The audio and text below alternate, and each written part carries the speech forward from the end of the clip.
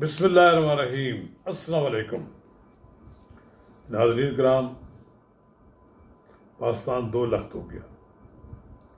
ابھی تک اس بات کا فیصلہ نہیں ہو سکا کہ شیخ مجیب الرحمان کیا پاکستان کو متحد رکھنا چاہتا تھا، یا وہ واقعی کہ غدار تھا، یا اس کے تمام تر اقدامات سے پاکستان 2 لخت ہو گیا۔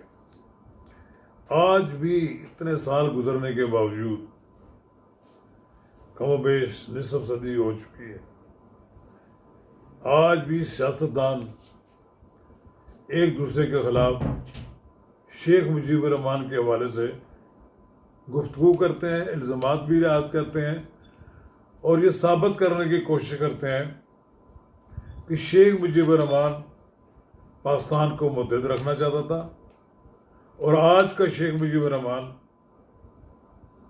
عمران خان ہے، اور عمران خان کے ساتھ وہی سلوک کیا جا رہا ہے کہ جو شیخ مجیب الرحمان کے ساتھ کیا گیا تھا۔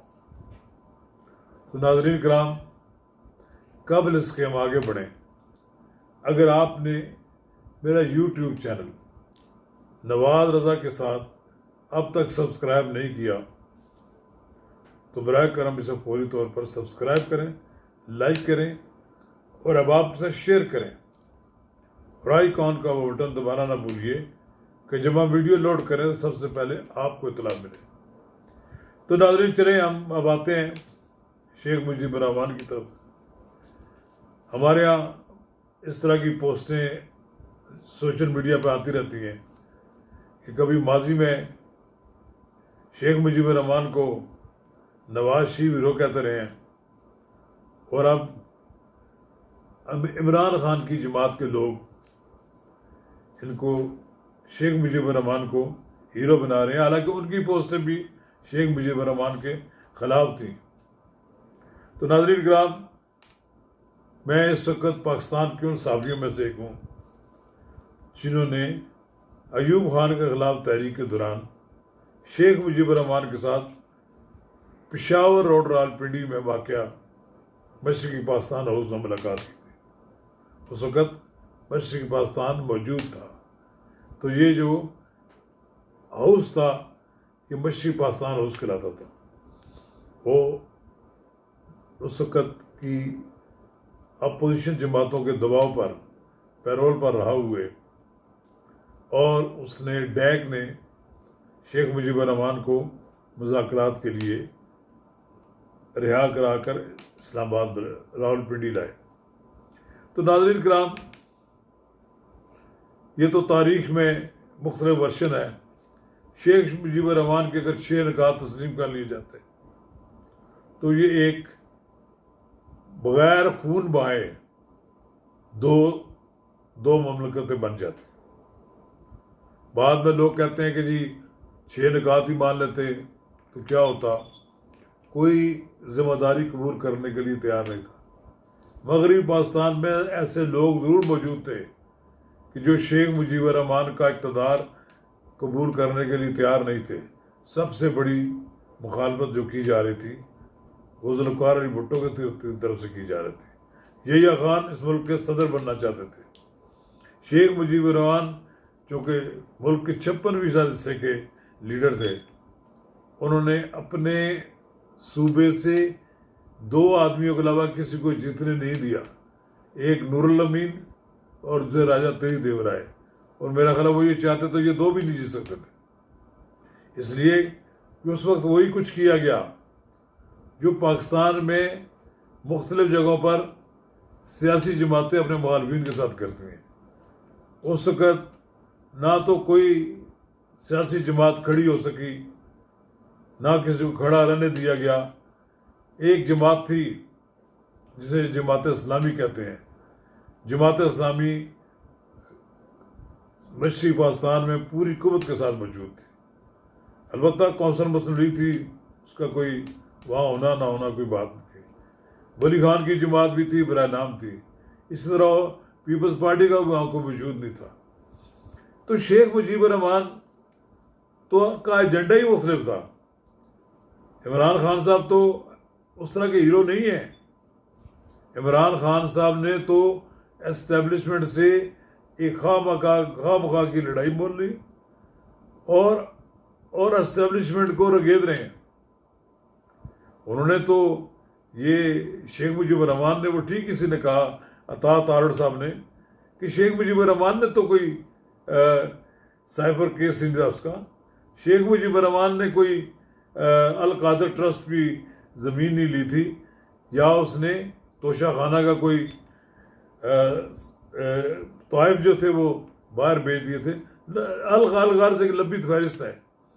شیخ مجیب الرحمان کا ایجنڈا یہ تھا کہ وہ مشرقی پاکستان کی خود مختاری چاہتے تھے.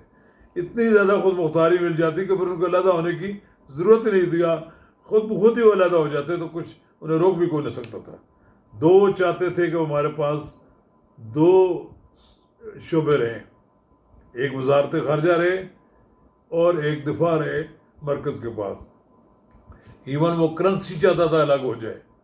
تو شیخ مجیب الرحمان کا حوالہ کس طور پر دیتے ہیں مجھے سمجھ نہیں آتا. میرا خیال یہ ہے کہ شیخ مجیب الرحمان کا حوالہ دینے والے لوگ تاریخ سے نابلد ہیں یا جان بوجھ کر ایسی باتیں کرتے ہیں. شیخ مجیب الرحمان میں سمجھتا تھا شیخ مجیب الرحمان چاہتا تو پاکستان متحد رہتا. یہ کبھی یہ بھی سوچا کریں لوگ, یہاں کے لوگوں نے اگرچہ اقتدار نہیں دینا چاہتے تھے, اگر شیخ مجیب الرحمان اپنے 6 نکات سے پیچھے ہٹ جاتے, پیچھے نہ ہٹتے, کو تھوڑی سی نرمی پیدا کر لیتے تو یقیناً انہیں ملک کا وزیر اعظم بن جانا تھا. لیکن وہ 6 نکات سے پیچھے ہٹنے کے لیے تیار نہیں تھے. وہ دان منڈی میں بیٹھ کر اس پاکستان کے 2 ٹکڑے کرنا چاہتے تھے. اگر تلا سازش سب چیزیں جو حقیقتیں تھیں لوگوں کو بلانی پڑی. پھر سیاست کی وجہ سے لوگ کہتے ہیں کہ شیخ مجیب الرحمان تو بڑا محب وطن تھا, اور وہ محب وطن تھا تو پھر اس نے پاکستان کو کیوں موقع فراہم کیا اس وقت کے جرنیل کو یحییٰ خان کے کہ وہ کارروائی کرے, فوجی کارروائی کرے. ایسے حالات پیدا کر دیے گئے کہ مشرقی پاکستان امراً پاکستان سے الگ ہو گیا, اور وہاں پر میں سمجھتا ہوں کہ فوجی شکست کے ساتھ ساتھ وہاں پر سیاست کی بھی ناکامی ہوئی, سیاستدانوں کی بھی ناکامی تھی. کاش کے سیاستدان اس وقت کے سیاستدان جن میں شیخ مجیب الرحمان بھی شامل ہیں اور ان کے ساتھ ذوالفقار علی بھٹو بھی شامل ہیں, یہ 2 بڑی جماعتیں اور چھوٹے چھوٹے جو گروپ تھے, یہ سارے مل کر پاکستان کو بچا لیتے. اگر یہ پاکستان کو بچا لیتے تو فوجی کارروائی کی نوبت نہیں آتی. لہذا یہ مثالیں دینا کہ جی شیخ مجیب الرحمان ایک اور شیخ مجیب الرحمان بن رہا ہے. کوئی ذوالفقار علی بھٹو صاحب نہ زندہ ہے نہ اب شیخ مجیب الرحمان زندہ ہے.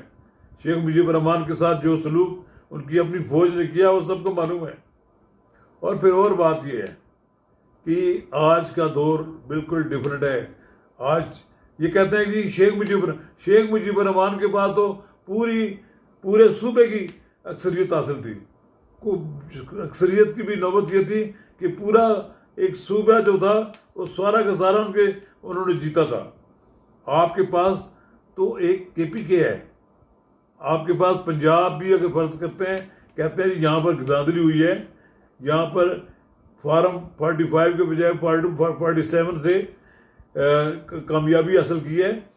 لیکن میں آپ بھی کہتا ہوں کہ جن لوگوں نے 47 فارم کے تحت ہارے ہوئے لوگوں کو جتایا ہے, دراصل انہوں نے جو اوریجنل جو جیتے تھے ان کی بھی کامیابی کو مشکوک بنا دیا ہے. میں ماننے کے لیے تیار نہیں ہوں کہ 180 نشستیں PTI جیت گئی ہے. PTI آج بھی اگر صحیح اور فیئر الیکشن ہو تو اس میں ممکن ہے مسلم لیگ نون اور یہ دونوں برابر آ جائیں. لیکن یہ نہیں ہے جو یہ پروپیگنڈا کرتے ہیں کہ جناب ان کے ساتھ اکثریت حاصل ہے اور یہ کلی پورے ملک کے واحد لیڈر ہیں. اور ان کے جو ڈنڈورچی ہیں جو یہ بھی لوگوں کو کہتے پھرتے ہیں کہ جناب کہ عمران خان کا کوئی اس وقت مقابل نہیں ہے. ہے مقابل, اس کا نام ہے نواز شریف. نواز شریف کو تو خراب ان لوگوں نے کیا ہے جنہوں نے 47 کے تحت لوگوں کو کامیابی دلائی ہے, اور ان کی جو جینوئن کامیابی تھی اس کو مشکوک بنا دیا ہے. اور یہ الیکشن تو انہوں نے لڑائی اسٹیبلشمنٹ کے خلاف تھا. جب مسلم لیگ نون اور عمران خان کی جماعت PTI کے درمیان مقابلہ ہوگا تو سب کچھ معلوم ہو جائے گا. شکریہ.